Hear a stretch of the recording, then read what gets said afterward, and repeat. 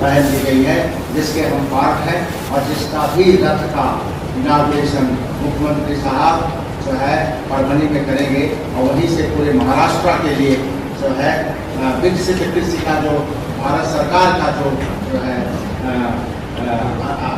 प्रयास, बड़ा प्रयास हो रहा है, वो भी करेंगे। ये कोइंसिडेंस की बात है कि हमें मुख्यमंत्री साहब ने जो डेट दिया और जो भारत सरकार की डेट है, दोनों एक ही है। इसलिए हमने दोनों को जोड़ा कि जो भारत सरकार का जो बड़ा कार्यक्रम है और हमारा जो ज्वाइंट एड्रेस जो है, दोनों का जो है उसमें माननीय मुख्यमंत्री साहब के हर कमरों से दोनों का उद्घाटन 29 तारीख को होगा। उसके बारे में भी हम आपको थोड़ा डिटेल बताना चाहेंगे।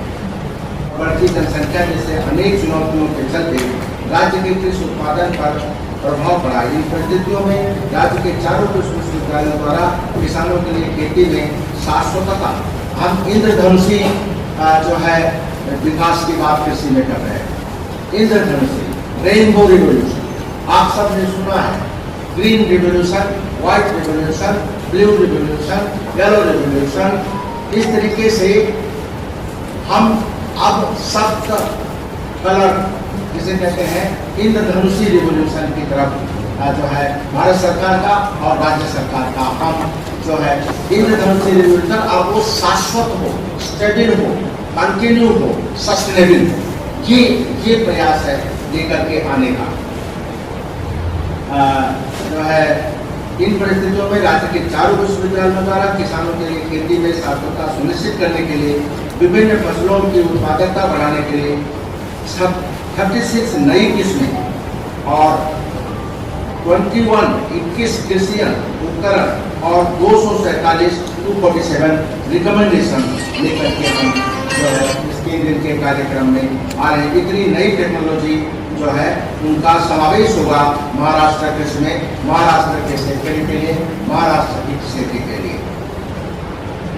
इसमें इस बैठक इन तकनीकी पर इस बैठक में प्रस्तुतिकरण होगा और इनमें उन्नत एवं संकर किस्में, पशुधन की उन्नत नस्लें, आधुनिक फसल उत्पादन तकनीकी, एकीकृत पोषण एवं कीट रोग प्रबंधन तथा मृदा एवं जल संरक्षण संबंधी उपायों का समावेश होगा।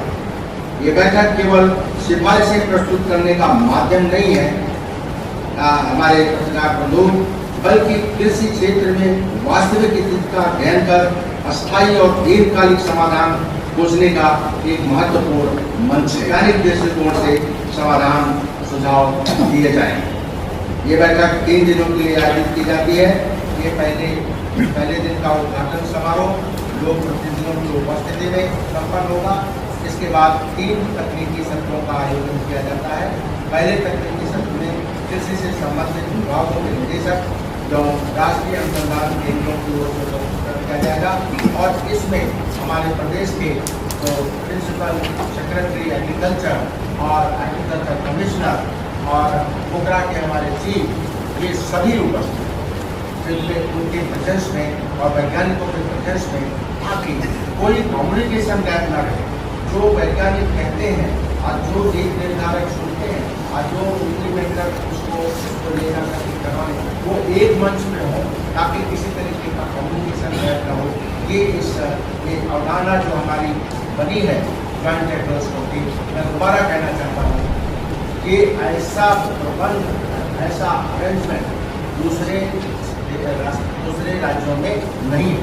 इसलिए मैं अपने नीति निर्धारकों को बहुत बधाई देना चाहता हूँ कि उनका बहुत ही अच्छी तरीके से उन्होंने सोच समझ कर चीजें कर रखी है। दूसरे दिन आयोजित दूसरे तकनीकी सत्र में 12 समूहों का गठन कर विश्वविद्यालय द्वारा शोधित विभिन्न फसलों की संकरित एवं उन्नत किस्में, यंत्र एवं उपकरण तथा तकनीकी सिफारिशें प्रस्तुत की जाएंगी। इन पर गहन चर्चा की जाएगी और उपयुक्त सिफारिशों को समिति द्वारा अनुमोदित किया जाएगा।